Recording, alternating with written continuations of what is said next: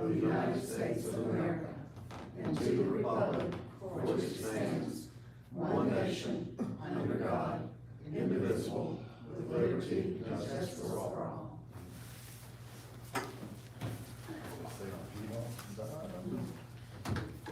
Okay, do we have any changes to the agenda? Madam Chair, if I'm not hearing anybody mention this, if I may, a request has been made to ask if I could address a particular topic that was not on the agenda, so I would like to propose that under the item 7.1, new business, that we consider a brief overview of moratorium in North Carolina, the use of moratorium in North Carolina. Okay, That's just for your consideration, if you'd like or not. that'd be good. Okay, do I have a motion to approve the agenda? I make a motion to approve this agenda.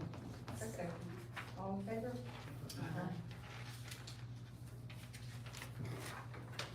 Okay, we've got the previous meeting minutes.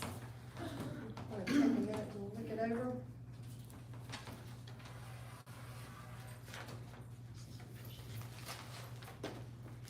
Sorry, everybody. Okay.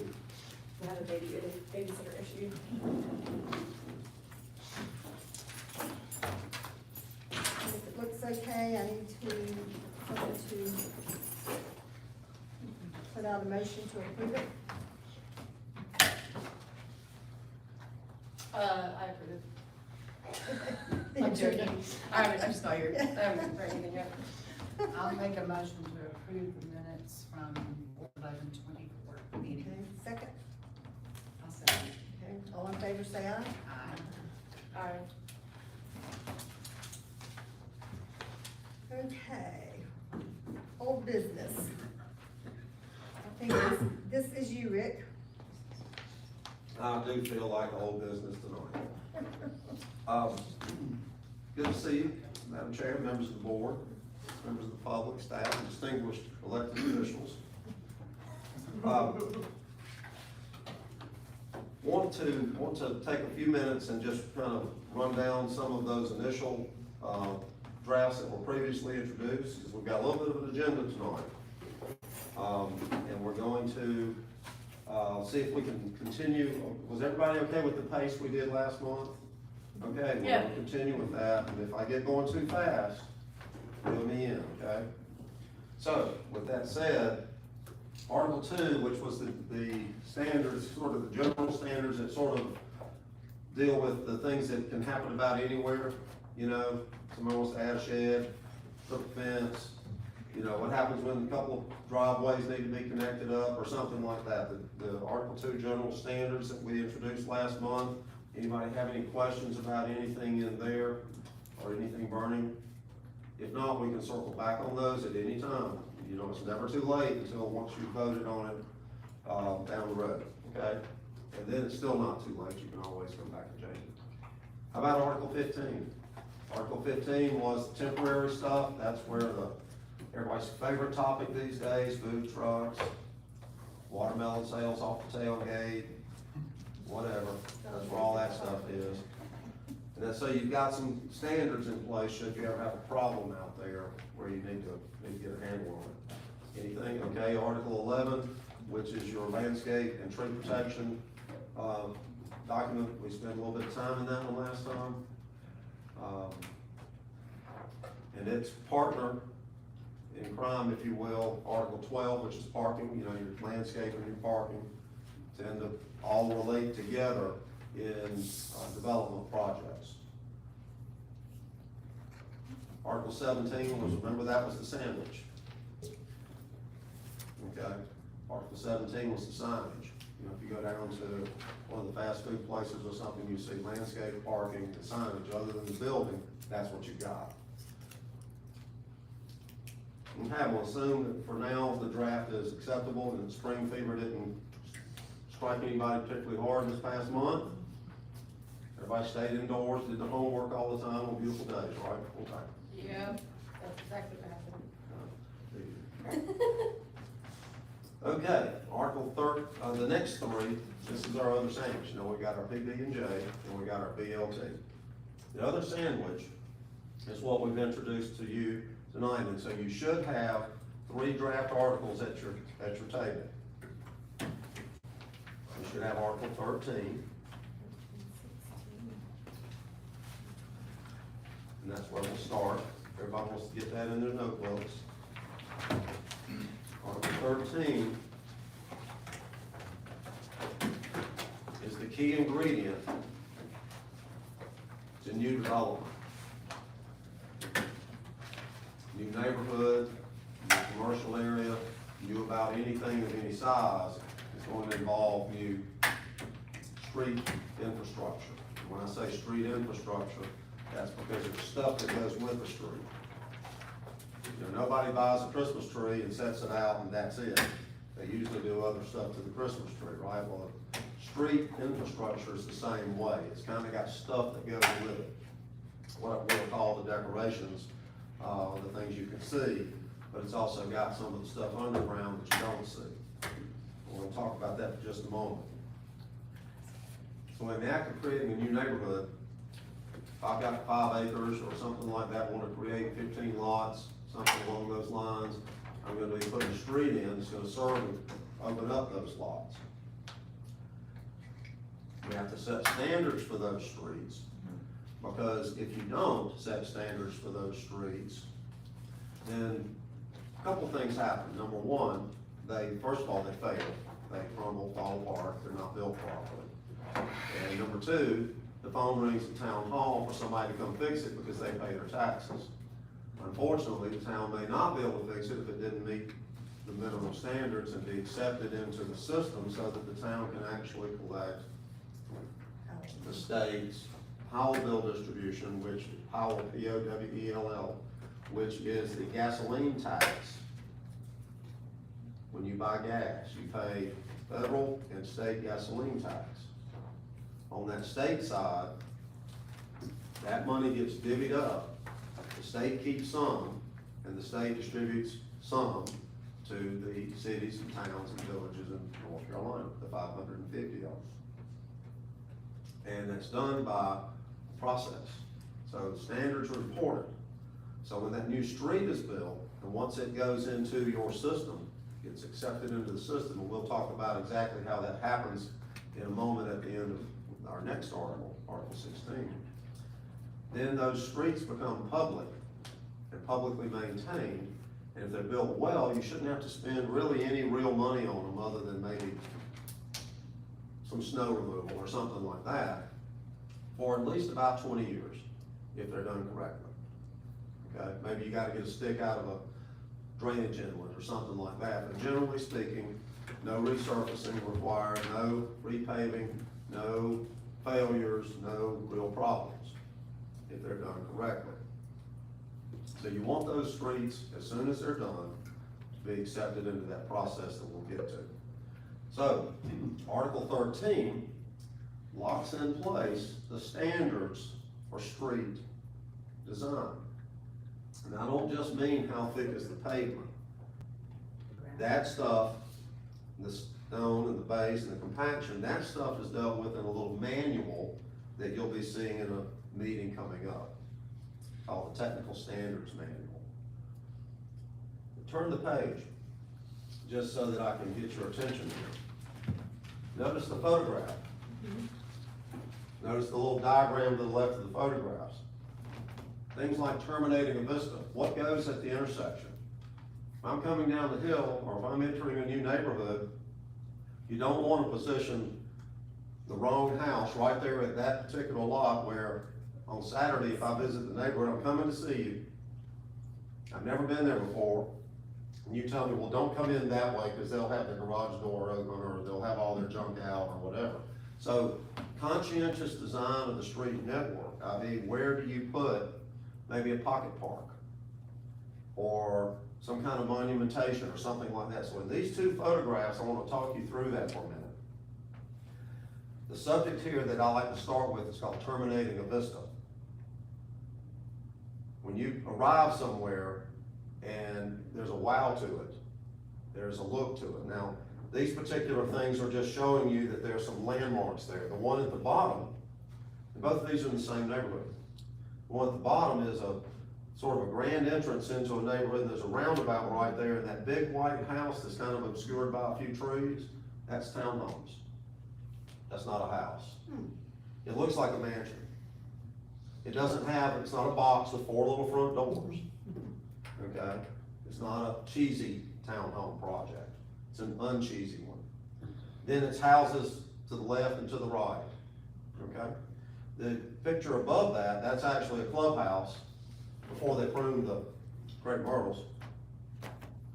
At the end of the street, that's actually a boulevard. So where you see the stop sign in the street, that's only the right-hand side.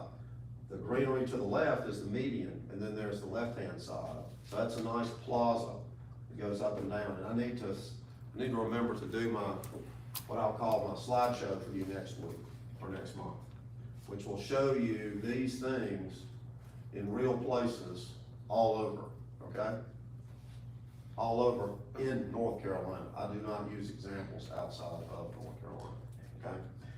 So that's what this section is about. Now, if you go back to the first page of this section, you'll start seeing the discussion.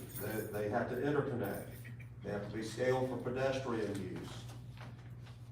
Sidewalks, street trees, okay? There may be lanes or alleys involved depending on how dense the project is.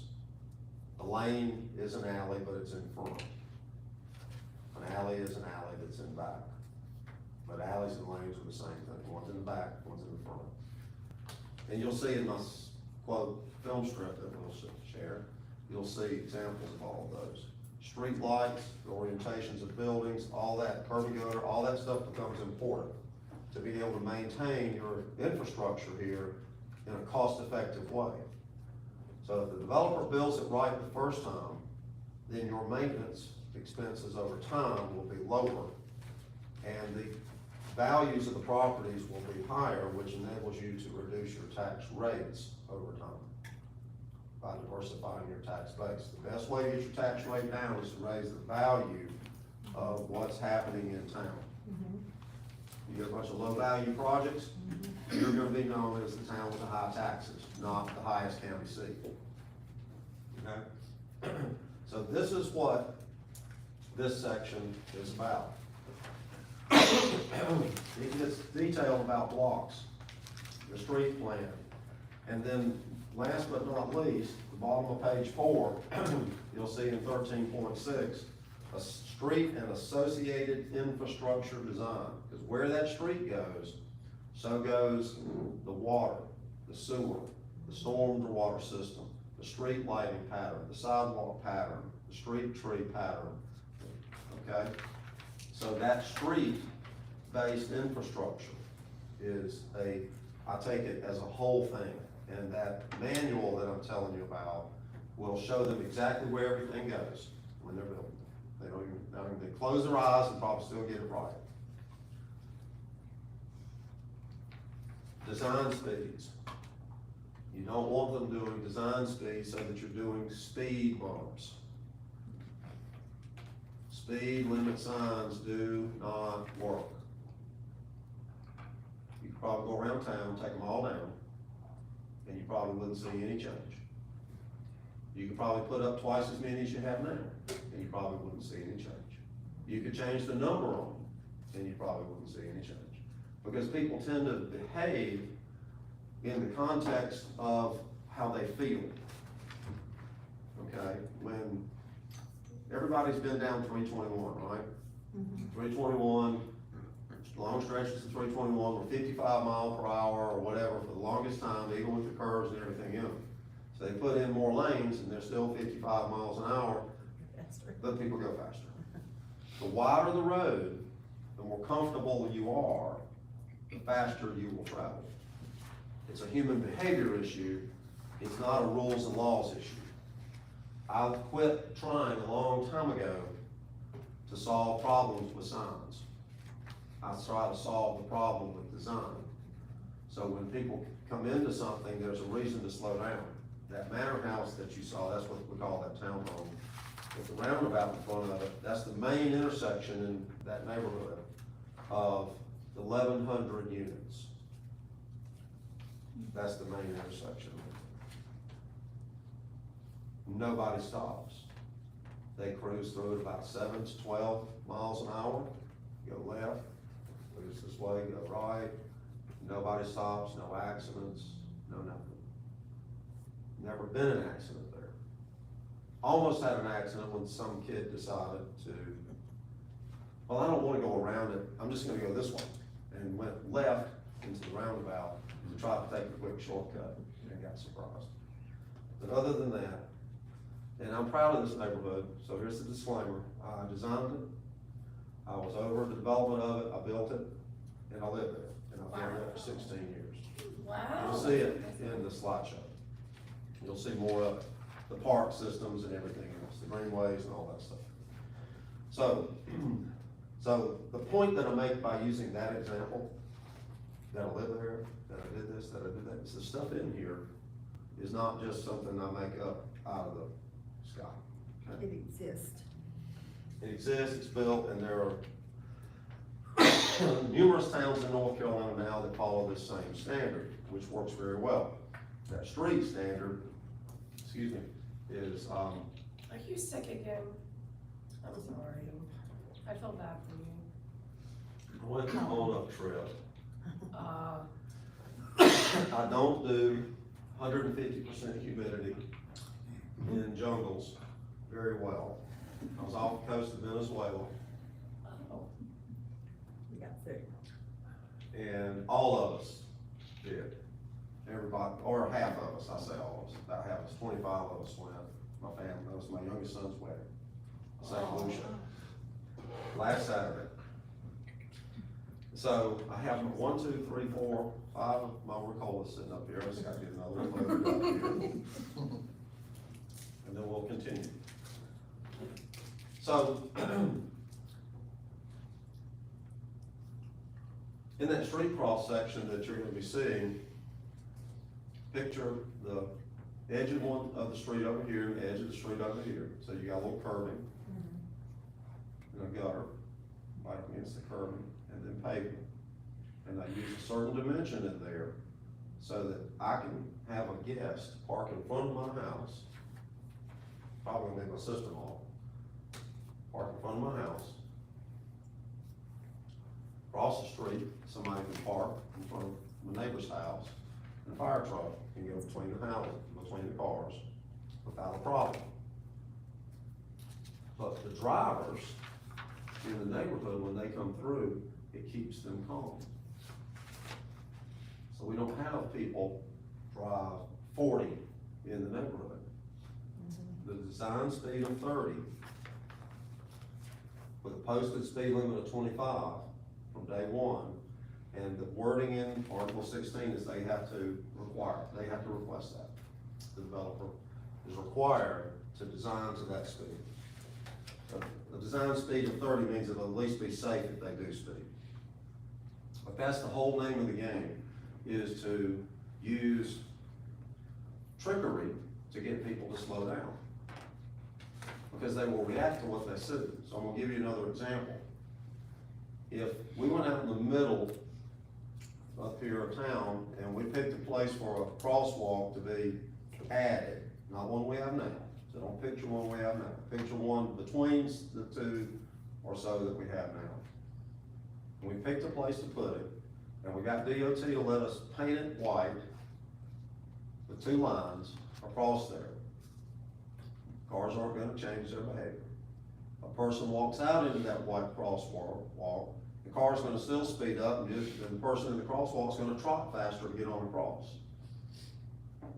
But if you heated the asphalt there, and you used a compactor with a piece of metal wire, fence, welded wire mesh, and you hammered that into the hot asphalt, and then you peeled it up, and then you painted that red brick color, and I'll walk out, I take one step into that crosswalk, that car's gonna slow down. Now, why did they do that? The human behavior side is that those two white stripes didn't add anything to me. I'm still just a little ant guy in the middle of a crosswalk. But if that contrasting color adds mass to me, and people will slow down every time. It's amazing to watch it. So, you don't need to do it with a sign. You do it with design. Not a sign, design. Ooh, got a new pun, we're gonna take that one to the bank. Fix it with design, not a sign. Oh boy, Tom, reel me in. Give it a hook. So that's where this section puts into place that these standards will apply. And that manual that you'll see later with all the little details applies, okay? Now, I start with streets in making this sandwich because streets are the thing that really are key to creating a new neighborhood, creating that new street-based infrastructure. We're not talking about building a house on an existing street. We're talking about chopping up a piece of land to create 10 or 20 or whatever new home sites. Site work. Pardon me? Doing the site work. Doing the site work. So Article 16 and Article 13 go hand in hand. Take a look at what Article 16 is called, subdivision of land. When you take we're gonna use a sample piece of property, we're gonna call it a 10-acre piece of property. There's no magic number to the piece of property. I'm just gonna say, when you take a 10-acre piece of property and you put a new street into it to create some new home sites, you're doing the act of subdivision. There was one piece of property, now there's gonna be, I don't know, 15 pieces of property in that 10-acre subdivision, or whatever it is. Plus, a public street right away that gets pulled out of private property. It becomes part of the public's domain. When I'm walking down the sidewalk, I'm not walking on your property, I'm walking on public property. Okay? There's no property line to the middle of the road, all that gibberish. That's not what you do in creating new neighborhoods. You want to set people up for success, not failure. When people are driving across your land, oh, my property goes to the middle of the road. If you were smart, you could hire a surveyor that would do a plat, and then you go sign it, and you'd say, DOT, I'm dedicating that right away to you, here. And give it to them. You don't want your property to go to the middle of the road, because you are a party to any incidents that happen on that road. You're opening yourself up to failure. Best thing you can do is, once it's been taken into a public system, keep it separate and clean. So in Article 16, the actual act of subdivision and the like is spelled out. And so, just to familiarize yourself really quickly, there are certain things that are exempt from the definition of subdivision by our general statutes in North Carolina. That's covered starting out pretty early on page 1. And then there's this thing called planned communities, which does not mean that somebody planned the community. Does anybody know what a Sun City is? The Sun City Developments? Yeah. There's a big one south of Charlotte that has 3,000 units in it. It's in Indian Land, South Carolina. It's one piece of property with 3,000 houses. The people don't own the house. They're like a condominium. But it looks like houses. But they're all exactly identical. Is that what you used to call PUD development? Yes. Planned unit. Yep. Yep. So planned communities are essentially condominiums that don't look like condominiums. You're buying a unit on a piece of property. You see this at the beach a lot, you see things like that, okay? So those are exempted from this. So the site development plan might be that the HOA is gonna own the street, not the town. So you'll see that kind of language in here. So this first part of 16 is really about I'm gonna call it legal-esque side of subdivision, no conveyance without approvals. You can't go sell a piece of a property until it has been properly platted and recorded and things of that nature. So if I had 10 acres, and I said, I'll tell you what, I'll carve you off this 1 acre right here, and I draw it on the back of the envelope from my water bill, and you give me $20,000, that's an illegal act Yeah. on my part. So, promise you, because that piece of land doesn't exist. It's part of the big piece, it's not a unique piece. You have to go through the process to create those smaller pieces. That protects the consumer from other issues. Pre-sale contracts, all that stuff spelled out in here, okay? And this is consistent with North Carolina law. It just needs to be administered at the local level. Dedication and acceptance of public areas, I mentioned that a minute ago. So at the end of the development project, the developer presents a resolution to the governing board that says we've finished, everything's done, it's all been certified, inspected, all the engineering, all the stuff is behind us. That's when the governing board can then accept it on behalf of the public into its maintenance system and start collecting those gasoline tax distributions for those distances or lengths of road. That formula involves both population and miles of road maintained. And because it's not a large enough amount of money, you want to start collecting that money at the very beginning. You don't want to wait 20 years and go, oh yeah, we never did put that on our file bill map.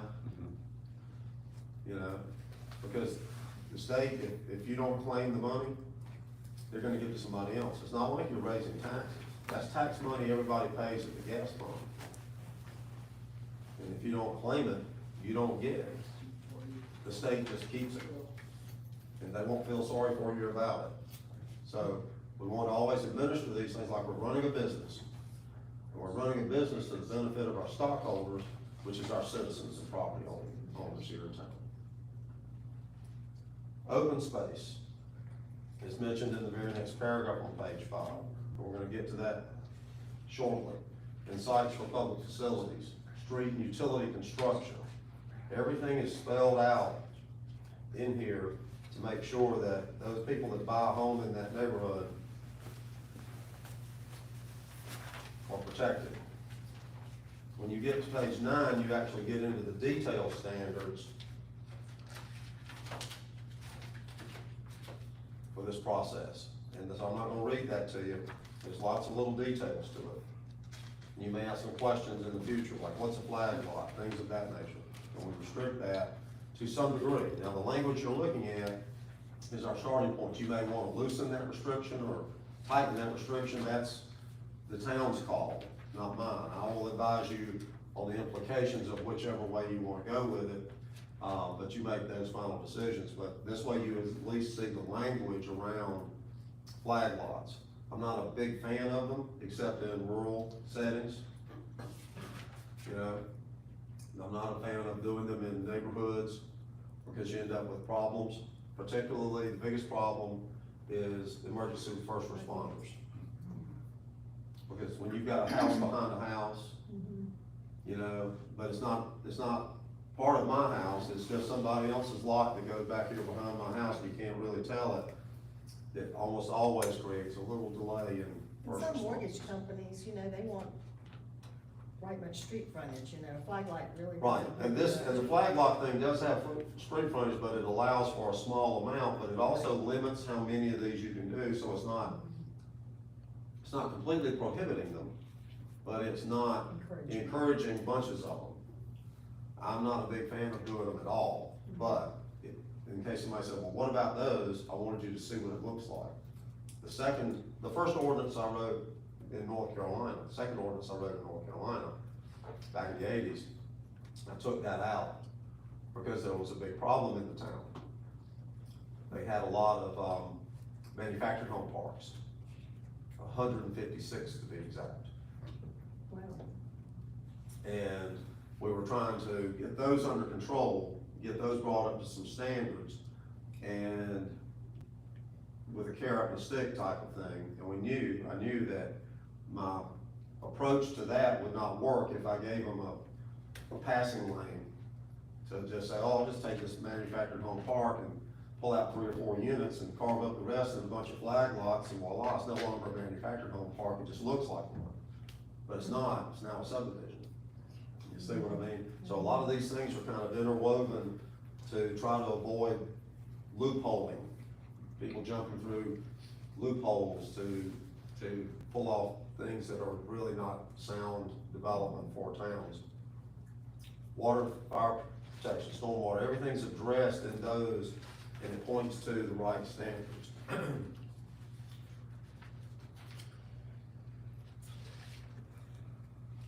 The final piece of the puzzle of this sandwich is Article 21, and that's open space itself. And so, when you're creating new streets, to subdivide and create new lots and home sites, there's usually going to be some amount of open space that needs to be addressed. It might be along the river, it might be a little park or a system of parks or a network or along a creek or some areas, wetland areas or floodplain areas or whatever it could be that you want to deal with.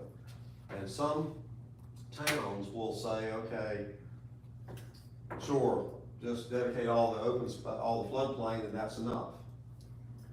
Well, the problem with that arises when people say, well, there's nothing to do. They gave us the floodplain in our HOA, or they gave that to the county or to the conservation association or whatever, and we have no place for people to actually get together, or, you know, we've got seniors in our neighborhood, we'd love to be able to have a playground where they can go with their grandkids or things like that.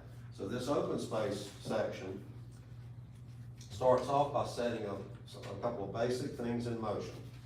And then it quickly moves towards identifying on page 3 the types of open space that need to be, by formula, factored in. So they might be tiny little pieces, but they count. Squares, forecourts, parks. You're gonna see all of this in my slideshow. In fact, I've got one image taken in a 2.5 block wide area where all but one of these types appears in that one image in one neighborhood. All but one of these 6 different open space types appears in that one neighborhood. Has to be that neighborhood I was telling you about earlier.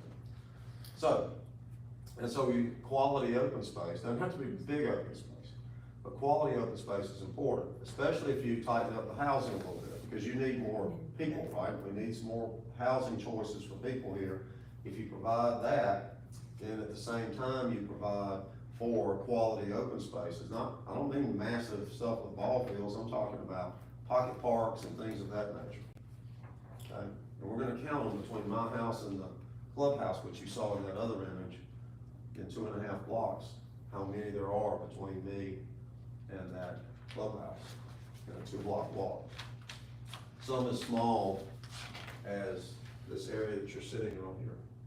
It serves a certain purpose. The cluster mailboxes, for example. So you never know. You never know just how to, if you pay attention to design, you don't need a sign, right? So that is the second sandwich in my delicatessen. Now at the end of page of Article 21, it'll talk about fee in lieu and guarantee of construction improvements. There are ways when an open space doesn't make sense for some reason or another to collect fees instead that go towards maybe the purchase of a higher quality open space. You follow me? See, some project, the property might just not be conducive to where it can produce anything that's of any real value. So is it better to say we have to have it anyway? No. To me, you should have the option to say, well, you know what, that money would be better spent directly across the street or something like that to make something a little better. So I wanted you to see those different pieces of the sandwich. Now, I'm going light on you tonight because we've got some more coming up shortly on the plan. And I didn't wanna bury you too far. So any questions so far on what the new material I've introduced, just any general questions, because I want you to be able to read that while you're studying so hard this spring. Not doing anything fun. Right, okay. Well, with that said, Madam Chair, I'm gonna say, that's what I have. I'm gonna pick up the pace if you're okay with that, because looking at my checklist, looking back at the reading guide, there's not much that you don't have in your hands now. And it's gonna get only more and more exciting. We have 3 more articles to introduce, only 3. We have a map. We have some other materials that will go with those, the manual I mentioned a little while ago and everything. And so my question of you is, if you look at the reading guide, it shows 9 and 10 coming out in one meeting and then 8 in its own meeting. You want to compress them together? The board? I I agree. agree. Everybody, I don't wanna drown anybody, I don't wanna steamroller, I don't wanna be going so fast that you're getting loaded down.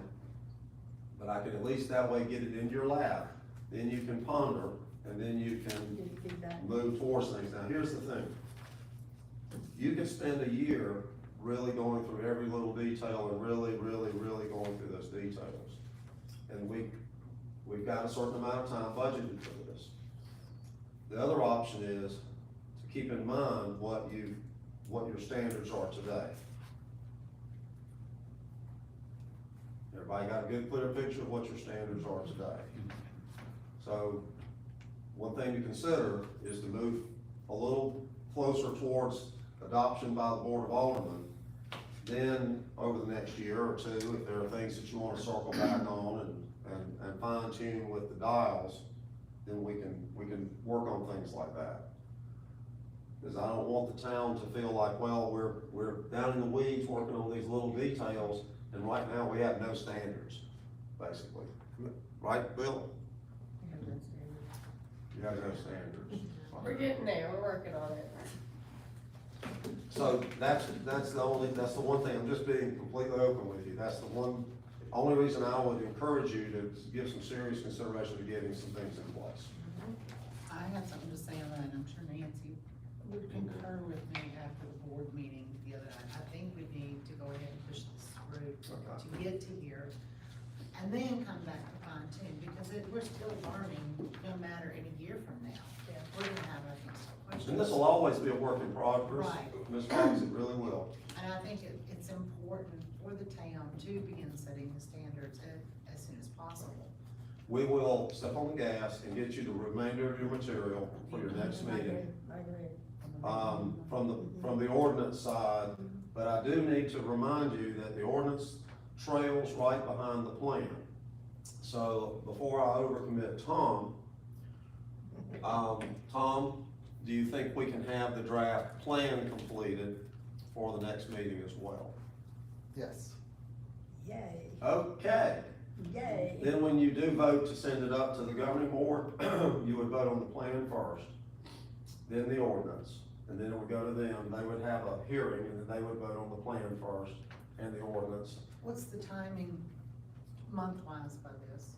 Well, I mean, I understand next month, which is. for you, June would be June, and then when it leaves you, it would go to them in their July meeting. And we need to look at our July meeting, I think it's the 4th of July. And that Thursday, Hours. 4th. Well, once you make that recommendation, I'm not gonna be turning my back on you, Mhm. I'm gonna be turning my focus to the governing board. Okay, And so if you wanna keep pace, my suggestion is, just like I've encouraged the governing board to monitor these meetings, I would encourage you to monitor those.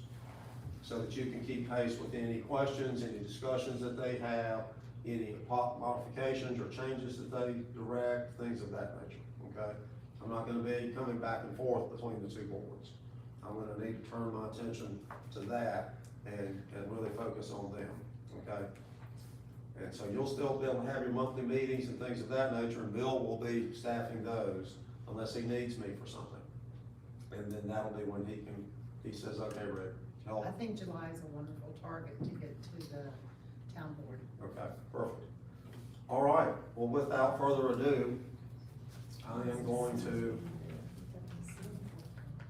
leave my associates here and run back to the office and finish everything up for you at your request. I'm just kidding. we need a lift. I'm just kidding. We actually have everything pretty much done. From our, like I said, we always stay ahead of you. And we'll explain things like the map and districts and conditional use and forms, you know, building types next month. So it's gonna start to get really, really real. You notice you're looking at bushes and streets. You're gonna be looking at buildings and houses and, you know, all kind of other stuff next. So I'll be back up here in a little bit when you get to the more boring stuff, like the moratorium item and so more. Thank you. Yeah, thank you so much, Rick. Okay, thank you. Good evening. Did I bore you? Did you fall asleep back here? Right now, we can focus. Something came to my head. I was here in February. Which is your good knee? Which one can I kick? Introduced kind of the leapfrog approach that Rick has, where I will give you a draft. Who do you talk to review about and that? come with something new. It's her dog. And so. One, she keeping the door? As an introduction really to the comprehensive plan, once again, what I brought to you in February was, it's really 3 parts. Just keep that in mind, don't let it overwhelm you. The 3 parts are, what does Newland have now? Where does Newland want to go? And the third is, what actions are necessary to get Newland from where it is to where it wants to go? And so the last time we brought a few articles for you. and Chapters. A few chapters in from the Peanut Gallery. Yeah, I got the articles, he's got the chapter. He's got the chapter. Yeah. Why plan our town? And just as a reminder, among many good reasons, one big reason is 160D requires local governments to adopt comprehensive plans to be eligible for certain funding powers and authority. And most important for this project is our development standards and specifications that they're working hard with Rick on the NDO. So you need a plan to adopt the NDO and the standards. And it's our pleasure and our privilege and really a luxury to be able to do the plan and NDO at the same time. So appreciate that. The chapters were given to you last time, 1 through 3 that I mentioned, and wondered if you had any questions or comments on those. Some of them are specific to Newland that we prepared. Some of them are straight out of the US Census and some other sources. We did the charts, most of the charts, and the population projections were derived, as explained here. I think, kind of my observation is that it's a fairly young range of population we have here. And also had be close to a lot of educational amenities, a lot more than a lot of towns of your size.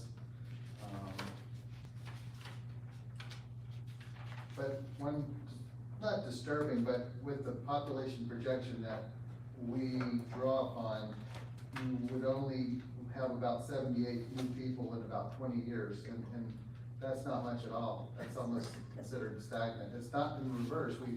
We've worked with some towns and they've lost populations over the years. They've got to get back to where they were. But with the NDO standards and some of the projects where things are built more efficiently, there's no reason that number can't change to be a little healthier. But that's the reporting we have to do for this part of the exercise. Are there any comments or questions on chapters 1 through 3? Okay. Now, I should have said at the beginning, what you got, the, comprehensive land use plan, what's abbreviated in the agenda, CLUP doesn't have 25. It doesn't have 3-hole punch, but that's where to put it, after it gets punched. And we have a couple more chapters to add next month. Okay, so what's new is chapter 5. What I, have skipped over, I had to fill in a few more blanks, which we will do when we get to the other chapters. And that'll be natural, cultural, and historic resources. So a lot of what we do is, it's interesting to planning boards and citizens, because we usually find out more than they may have done themselves on a lot of topics. But we get them all in one plan to, as I said, document what you have, and raise the awareness level and acknowledge the value of those things that may need to be preserved and built upon as we're doing policies and NDO to protect and do more of. Okay, so didn't hear any questions, so we'll turn our attention to the second part of this, number 2, update on public involvement activity results. Chapter 5 is entitled Voice of the Community, and we went through a exercise with this planning board in February. I went ahead and summarized, really just copied the bullet points, I put them in alphabetical order of what you all gave us when we asked those 5 survey questions. And then second of 3 ways we are pulling the community was we prepared an online survey and had it posted for a month from mid-February to April, and got 211 participants, which is about 30% of your population. That's really high and really good to see. So, The best we've ever had. yeah. it's- Really? Yeah. Percentage That's wise. That awesome. tells you people are wanting some stuff done. Yeah, we want some change, so thank you guys. Thank you. And community participation is required by the statutes. 160D 501 states the planning process shall include opportunities for citizen engagement and plan preparation and adoption. So we're meeting and exceeding that. Today we spent several hours, and we're happy to be accompanied by planning board chair Nancy Davis and member Susan Rash. Kind of shadowed us. We covered this downtown area and talked to 15 businesses. We asked the same questions that you all received, with the addition of, do you live in Newland? And got great responses. One good thing of the responses, I think, are a lot of them were copied. We heard the same thing from a lot of people. We didn't end up leaving confused. So that's always good to see. We'll be adding some narrative to chapter 5 based on what we heard today. It is a little different, significantly different than what we heard online, on the online surveys. So we'll point out the differences and explain why we will likely add a few more policies to this chapter also. So back to what I said about what Newland has, what it wants, and now we have what it wants, which are results of these surveys, and learning more, not just from citizens, but talking to administration, but how do you go from what you have and what you want to where you want to go? And that takes the form of the policies, and the goals, policies, and strategies in this chapter 5. We prioritize the results from the surveys, and that's what's bubbled to the top. We also do this method, and there's a diagram on page 43. You could all go to that. So, it's easy enough to look at what the top answers are for each question, likes, wishes, but we also take the time to put the 5 questions together, and we can usually get a clear idea of what is important to people, because they might indirectly answer or reinforce an answer from a previous question, and then we get a new rating. And so we went through that exercise, and then the resulting chart, which is the easiest thing to see, is on page 47.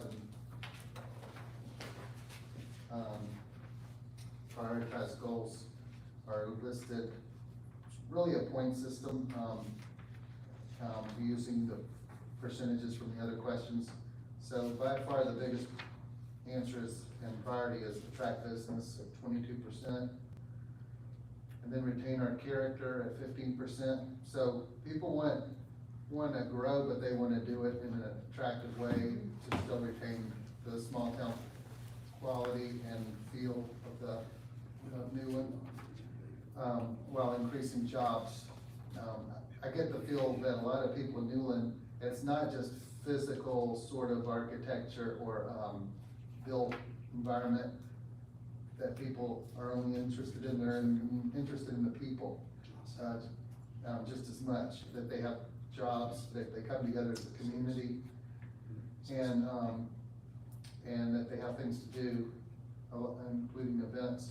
So we have written policies to all those things, and those things, those policies and goals start to appear on page 48. So what we'll ask you to do between now and the next meeting is to read through these goals, objectives, and policies.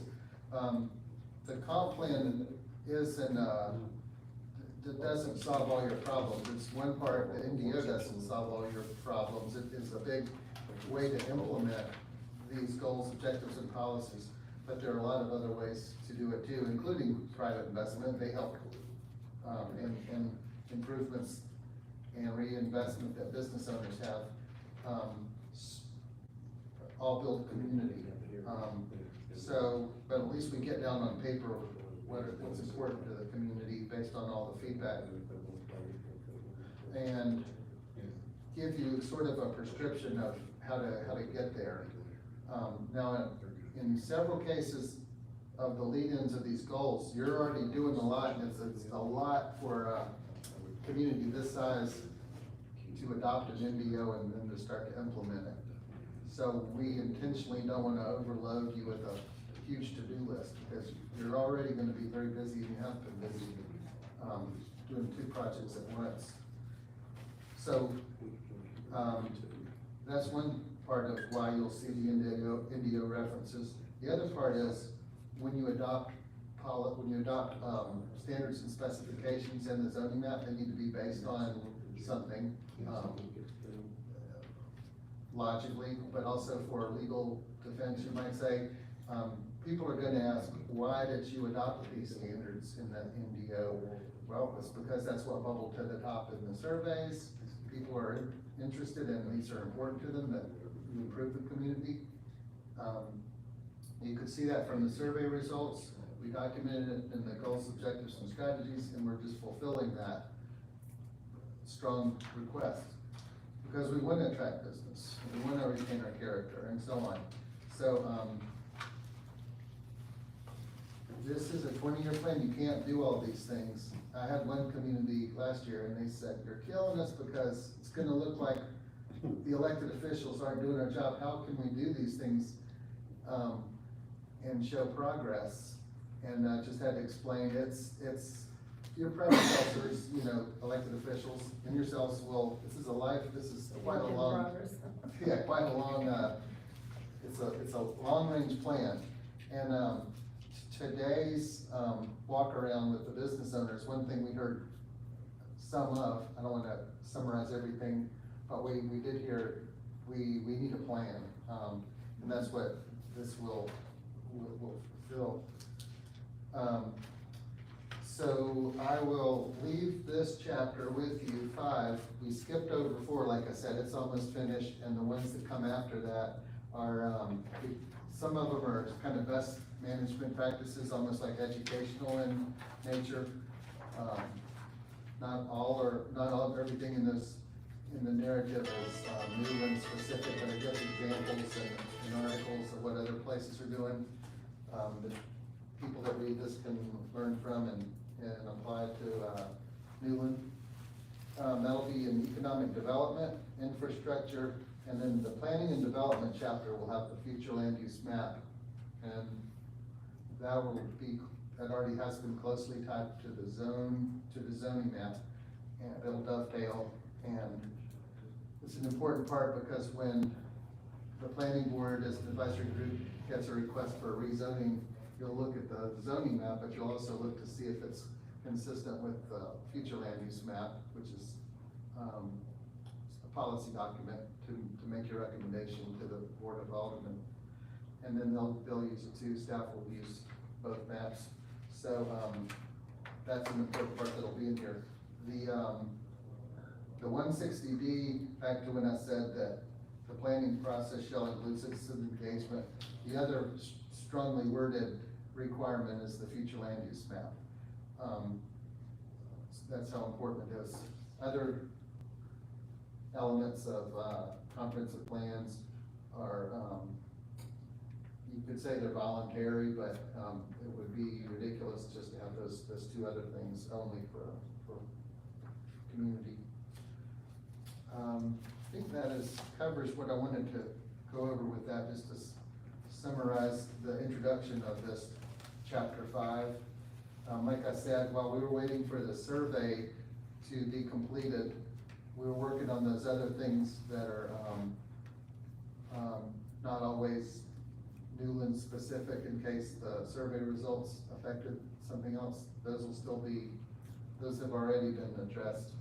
So when the question was, can we finish up, by next month, I don't have any problem saying yes, I'm sure we can. We wanted to keep the survey open as long as, the administration wanted us to. It's usually about 2 or 3 weeks, but it's going so strong, we said, well, yeah, we can take more input, certainly. So, do you have any questions on the purpose of that chapter 5 and, Where does this go in our book? 25, tab 25? In 25. And it'll be important to remember, as that said in the introduction, it's an advisory document, as opposed to the standards and specifications in the NDO that are, hard and fast. So, you'll refer to it. We went, you get a lot of use out of the plan, over the years. And we'll complete it and have it for you next month. Anything else? Any other questions? Okay, Thank you. thank you. Thank you. Well, thanks.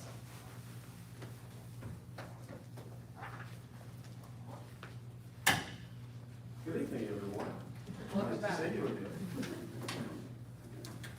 me get my water.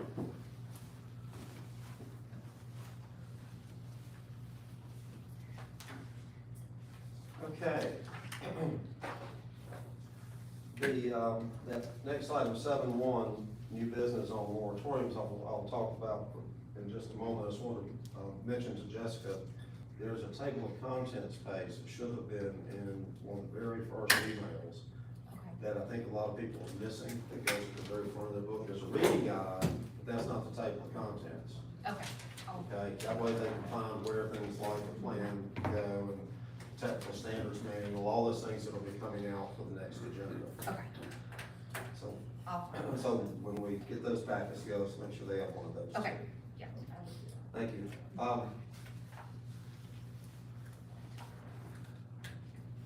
Let me just be dramatic for a moment. This thing is the applicable section of the general statutes of the state of North Carolina that apply to municipalities, cities and towns, but also counties now, in terms of what they can and can't do.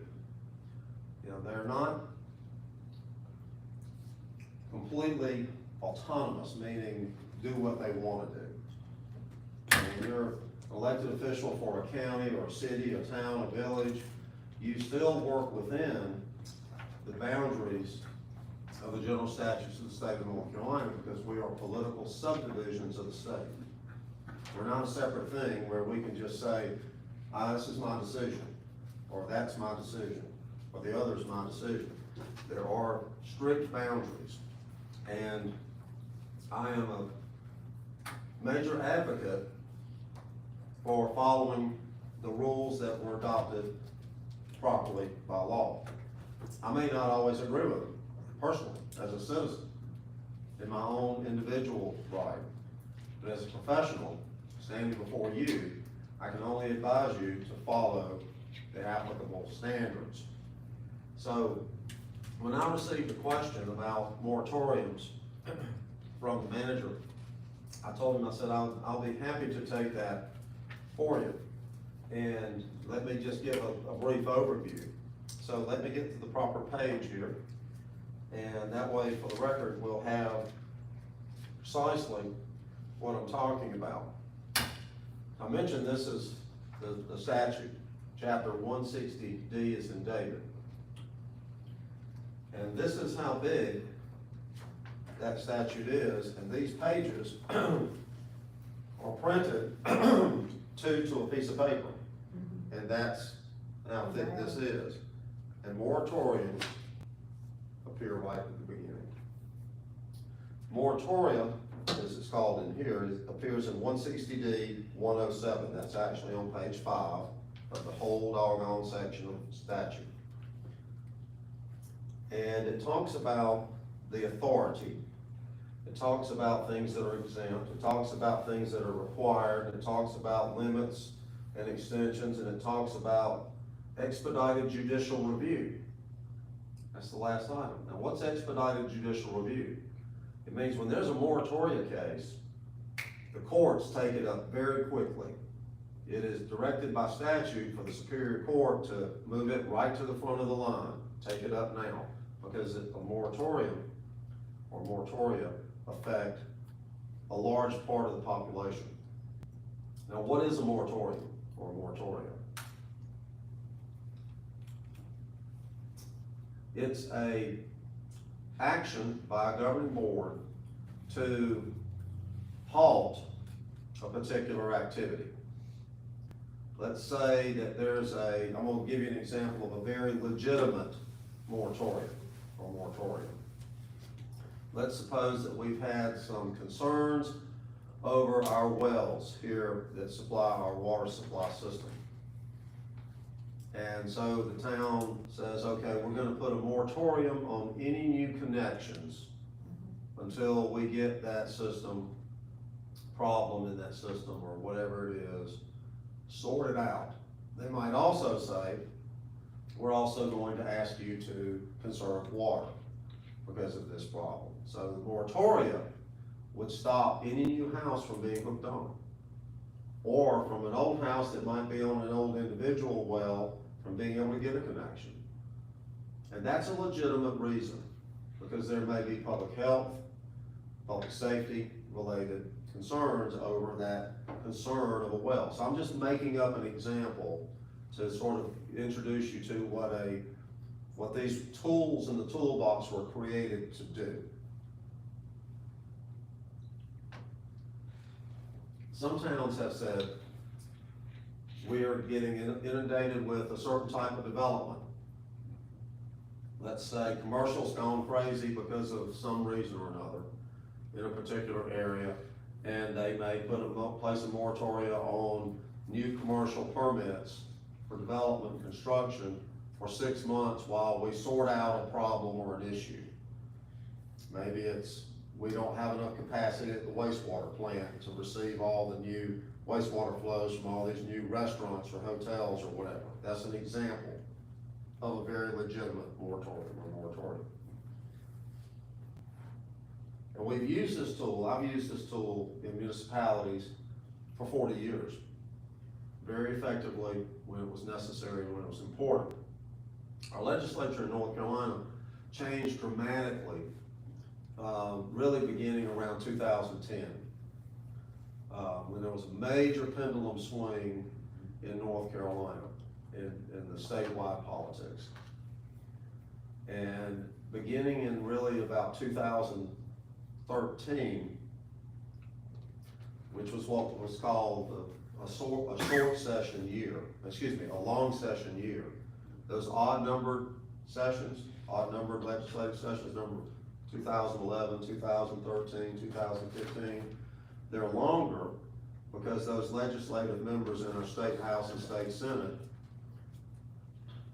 are not tied up with their own reelection like they will be in an even number of years.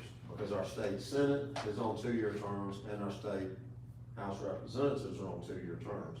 So the short session are the even years, the election years. So beginning after the 2010 general election, with the 2011 long session, it was a feeding frenzy in Raleigh, attacking, in many cases, municipal governments, tying their hands more, adopting policies left and right to reel in town councils, to reel them in. I'm not a Democrat or a Republican, but when I grew up, the conservative Republican side's policy was to support home rule, local authority, and to not let the state stick their hand into every piece of activity in everybody's business. And for some reason or another, beginning with the 2011 long session, that changed.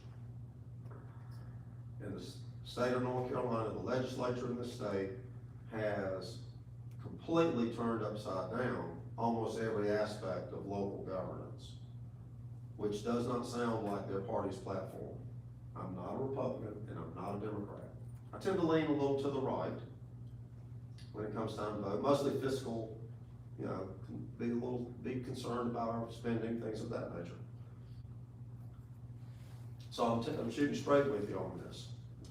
I'm telling you this so that you'll understand the importance. Misusing a moratorium will bring swift consequences. The courts are directed to take it up immediately now. That's all new language.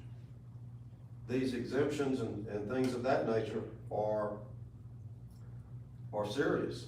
But let me tell you what the authority is. As provided in this section, local governments may adopt temporary moratorium on any development approval required by law. Sounds logical. Except for the purpose of developing and adopting new or amended plans. So we cannot say we're trying to get our new ordinances and plans in place, so we're just gonna put a timeout out there while we do this. We cannot do that now. Couldn't, we used to could. If we've got this grant for new water lines and sewer lines, cause ours are in need of repair, can we put a moratorium on new, based New on that? utility connections. Until we get the moratorium and things fixed? Until you get the ordinance stuff in place and the grant stuff done and all that. Sure, you can consider that.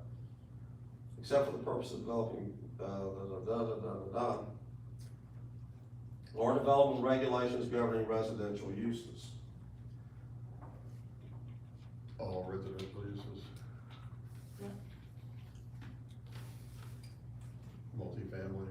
As provided, that's right, all residential uses. The duration of a moratorium shall be reasonable in light of the specific conditions that warrant the imposition of the moratorium and may not exceed the period of time necessary to correct, modify, or resolve the conditions. So when you finish fixing the problem, Then you have to lift the moratorium. Mhm. But I wanna read, again, that's still in the very first sentence of the whole chapter of law on moratorium. You can do these except for the purpose of developing and adopting new or amended plans or development regulations, which is exactly what Tom and I are working on here for you. Governing residential uses. So this cannot be the reason. Right, but the pipes needing replacing and upfitting and all that could be the reason. If you can document how that We've is. got bursts happening here and there, and adding more stuff to it just is more work on old pipes, I'm just telling you what okay? I want you to be aware of. Right, right. Now, the planning boards don't do that. They might make a recommendation, but the governing board's the only one involved in declaring moratorium. Okay. There's processes in here. in that part of 160D that direct the governing board on what they'll have to do, what the process is to adopt one, because you can usually do one on fairly short notice. Okay, because usually they're dealing with some type of critical situation. So, just wanted to make you aware of that, okay? Just wanted to make you aware. So in this particular scenario, we have a low-income housing project coming in. It's gonna require an extension of water and sewer. In a situation where water and sewer have been granted money to do critical repairs to the system. Granted, the town's been granted the money? Yeah, Yes. critical repairs. Okay, then you may want to give some serious consideration to a moratorium. What's a reasonable period that you anticipate the mitigation project to take? The project that's gonna fix these problems? It must be completed by December 26th. Okay, so you'd be talking about a year and a half long. And we just got the RFP and the bids approved, so we're gonna let a contract in June. Okay, and so the concern is that if you make more taps to your water and sewer systems, that you're gonna have a problem. We already have a problem, we've got lots of water infiltration, freshwater infiltration. That's the part of the wastewater problem. side. That's Yeah. on the wastewater side. On our water side, we've got some other issues like valves, we've never exercised valves, so none of our valves work. If we get leaks constantly, we have to like drain whole tanks. Right. In order to get pressure off so we can make a repair. So you're adding valves and everything so you can control that without having to drain everything down? Yes. Okay. And we're not there. And like I said, the particular property is served by a 2-inch water line, and it serves three commercial shops. One building is vacant, one is, an old, deli. You're talking about declaring a moratorium in one area or for the whole town? Well, in one section served by one particular set of tanks and pipe system. So we have a force main, but the force main doesn't serve this area, so this leads into the force main. Okay. That's probably a better approach. I didn't understand that you were talking about limiting the moratorium to a specific service area of your utility system. Yeah. You're not talking about a town-wide moratorium. You're talking about restricting it to a defined area served by specific infrastructure. In other words, this line from here on out is unreliable, and we're not gonna provide for any new connections in that area. Yeah, both water and. You don't even have to do that with a moratorium. You can just adopt a policy, that says no new connections on lines of a certain, condition or type or size. So you could do that. I mean, it's a 2-inch line. Where's the fire protection for that area come from? A block and a half away. Block and a half away. Yeah. Okay. So they would have to bring that 6-inch line all the way down. block Who it owns down. the line? We own it. Then don't approve any connections to it unless you're, Okay. unless it's necessary. Yeah. You control the infrastructure, people aren't entitled to just make a tap, but I would adopt something to clarify that, that lines in that project area. Yeah. Do you have a project area map that went with the grant application? No, the grant's for the whole town, Oh, okay. and we've got, with the way we set it up, we designed it in basically three sections Okay. on the sewer side. Have you got So an this would be- exhibit that would show that you could tie to adopting anything, whether it's moratorium or Yeah. whether it's a policy change or anything like that? So you can, basically what you're doing is you would be declaring a limited state of emergency in a certain area. And that we cannot do any additional connections on the infrastructure in that area until the completion of the rehabilitation project. Okay. I mean, I think if So you it's make kind of it like a bad- moratorium, but it's very focused. Right, I mean, if somebody needs a new connection that's already there, that can be done. It's just it can't be multiples, right? No, No, you You can't play that. ban You mobile, you can't- ban new connections, you ban new connections. Yeah, you can't thread that needle. You gotta say no, and there's no other development pressure out there, so, out in that area. But I know, like, just across the street from me, they put a new water connection in to an existing house. Yeah, You can do that. Right, what I'm getting at is in the area that's Right. served by the 2-inch line Right. and things of that nature, where there's some serious problems and you've got an I-9 problem on the sewer in that area, create a map that defines the project area for that funding of replacement infrastructure, and use that so that you are not throwing it town-wide. Right, You wanna get everybody up in the air, right, let people think that you're talking about town-wide. No, if the problem is right here, and there's like 2 buildings, one's vacant, or 3 buildings and one's vacant, or whatever, they've got an existing connection, right? All 3 spaces, even the vacant space has got an existing connection, so if somebody wants to go in under their grandfather clause and reactivate, that They can do business and that. reopen that store, that's fine, they can do that. right. Just can't tear it down and put in multiple. Well, you're not gonna take it down and put in something bigger and more elaborate. Okay? Definitely nothing that would increase the flows, Right. that above what it had before. Right, yeah, see, it's really, this whole thing is gonna tax the water system, tax the sewer system, and the stormwater it system. will. Well, if you're not ready, you're not ready. Yeah, our stormwater is old and it's collapsing.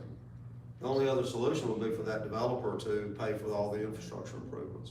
Which they said they're willing to do. Or their engineer said they're willing to do. I haven't talked to the actual owner.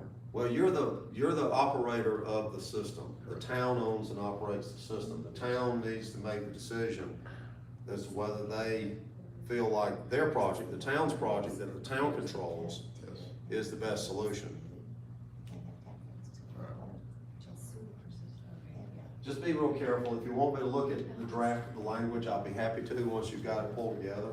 Okay, But, and see if I see anything in it that I would caution you against. That's the thing is municipality, and counties are under the same thing. Cities, towns, counties, villages are all under the same limitations now. 160D applies to Who was both. governor in 2011? you went. That was Mike Easley. Purdue. Mike Easley?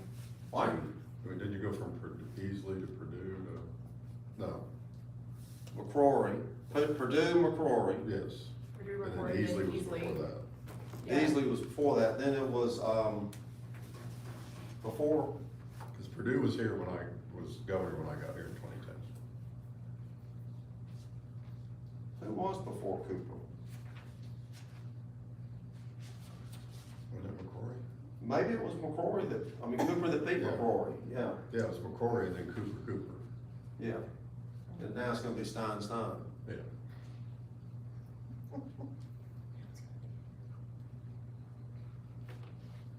Okay. Unfortunately. Thank you for, I hope that helped a little bit. I think it I'm gonna take these kids home. So who's this gentleman in the very back? Who is this gentleman? I missed because I was That's- late. This is, have you ever seen a real intern before? Is this Stand the up, real intern. intern? You know, you have to torture the intern, right? Welcome. Thank you. Here's why I torture interns. Because that son of a gun gets paid. That's true. I'll do anything for a paycheck. And when I was an There you go. And when I was an intern, we made zero. We Yeah. literally got no money. I do anything I for love to be food. intern. What's the world coming to when interns get paid? Well, thank you for coming. You're welcome. So, if we are to meet on Monday, we have to continue this meeting. Yeah. But at this point, do we need to do that or wait? We're catching up, right? You can continue to that point, and then if you don't need it, then you can just let that happen, okay? If nobody shows up, you can't call it to order, then it's just over. Okay. Or if you show up and you say, well, hi, everybody, and I make a motion to adjourn, then that goes in the record too. Okay. Just make sure that whatever you do, If you do it without the clerk present, that you have that information, who was present, the time you call it to order, the topics that are discussed, and you need to state that in the purpose tonight. The purpose of continuing the meeting is to discuss the moratorium or whatever it is. Well, just our You game know, plan. pick a topic, and then you can't add to it. Once Okay. you continue that meeting for that purpose, that's the purpose, that's it. You can't add to it puppies and kittens, or horses and cattle, or any other topics. Okay, well, let's continue it till Monday at 199 Hubert Street. Anybody who's invited, it's an open meeting. And we are going to talk about whether a moratorium is needed. And the time, you need to state the time. 5 o'clock is. No, no, 6. we did six, Six. Did we do 6 or 6:30? I thought it was 5. What about 6, Martha? Does it have to be Yes. one topic? Can we do 6 Or can we then? have 2 topics? We do 2 topics. So the planning, just the planning of new one, because Yeah. it's kind of We like. just discuss sort of what we see. Can we Yeah. do that at this point? Sure. You can Okay. discuss anything you want to. You just need to say it when you make the motion for the continuation. Okay. Well, do we have a motion for it? I motion. Second. Okay, and this is for whether we need a moratorium or not, and also sort of how we see future areas being planned in Newland. Yes. Got it, Jessica? Got it. All in favor, say aye. Have a great trip, be safe. Y'all have a good time. Such a great time. When y'all have that meeting without me, and I know what you're gonna do, you're I gonna want have your cake or cell phone, something. I want your cell Yeah. phone number. We might call you. We can invite Have a great you. Bill, you wanna come to our meeting? night. Bye. Bye. Bye, ladies. Bye, thank you. Thank you. Somebody left their briefcase there. Hey, Tom left his briefcase. Tom left, He's coming back. oh, okay. I don't think it was ever determined how many years. Uh, it was supposed to be on before. Well, I think Yeah, that's- it was actually, I think that was the last, The meeting that you were in here, I think there